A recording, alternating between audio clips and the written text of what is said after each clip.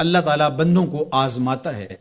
پرکھ کرتا ہے، امتحان لیتا ہے، طرح طرح کی نعمتوں سے اسے مالا مال کرتا ہے، کاروبار وسیع ہو جاتا ہے، اس کے لیے دولت کے انبار لگ جاتے ہیں، دنیاوی مال و اسباب اس کے لیے جمع ہو جاتا ہے، منصب ملتا ہے، عہدہ ملتا ہے، اقتدار ملتا ہے، شان و شوکت ملتی ہے، لوگوں کے دلوں میں اس کا گھر بنتا ہے، تو اس کے ذہن میں یہ بات آتی ہے کہ میرے رب نے مجھے جو عزت دی ہے میں اس کا استحقاق رکھتا تھا، اور میں اگر اس لائق نہ ہوتا تو مجھے کیوں نوازا جاتا، تو گویا میرا رب میرے اوپر راضی ہے۔ اور پھر جب محفل نعت میں مہمان خصوصی بھی بن گئے تو پھر تو ان کے نفس کو اور تسکین مل گئی۔ جب پیر صاحب نے بھی ان کو ہی اہمیت دی تو پھر انہیں لگا کہ واقعہ ہی ہمارا رب ہم پہ راضی ہی ہے، تبھی تو ہمیں مذہبی طبقوں کے اندر بھی اہمیت مل رہی ہے، حالانکہ وہ جانتے ہیں کہ ہم نے یہ دولت کیسے حاصل کی ہے، وہ جانتے ہیں کہ ہمیں سجدے کی توفیق نصیب نہیں ہے، وہ جانتے ہیں کہ آج اس محفل میں مہمان خصوصی سے تو کل ہم شراب خانے میں تھے، انہیں پتہ ہے، لیکن اس کی طرف توجہ نہیں جاتی، سوچتے نہیں ہیں، بلکہ وہ یہ سمجھتے ہیں کہ ہمیں یہ جو عزت مل رہی ہے یہ اللہ تعالیٰ کی طرف سے ہماری کسی قبولیت کی وجہ سے یہ عزت ہے، حالانکہ یہ ان کی آزمائش تھی، ان کا امتحان تھا۔ دوسری بات، وَأَمَّا إِذَا مَبْتَلَاهُ، اور جب اللہ اس کو آزماتا ہے، فَقَدَرَ عَلَيْهِ رِزْقَهُ، اور اس کے رزق کو تنگ کرتا ہے،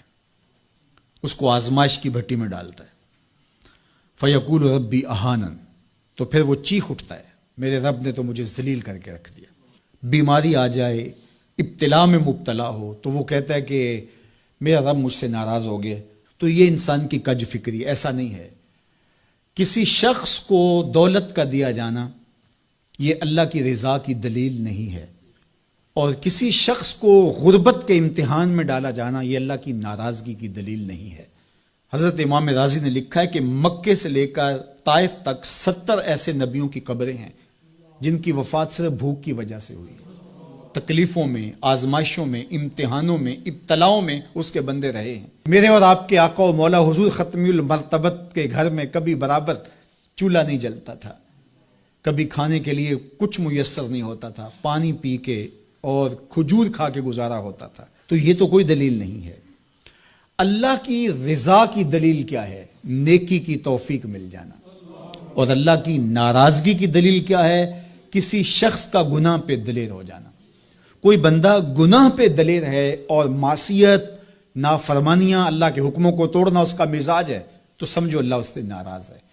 اور اگر کسی کو اللہ نے سجدے کی توفیق دی ہے، کسی کو اللہ نے اپنے راستے میں خلوص کے ساتھ خرچ کرنے کی توفیقات عطا کی ہیں، حلال حرام کی تمیز اس کو عطا کر دی گئی ہے، تو پھر سمجھ لو کہ اللہ اس پہ راضی ہے۔ باقی رہی بات کہ کسی کو دولت کا زیادہ دیا جانا، کسی کو کم دیا جانا،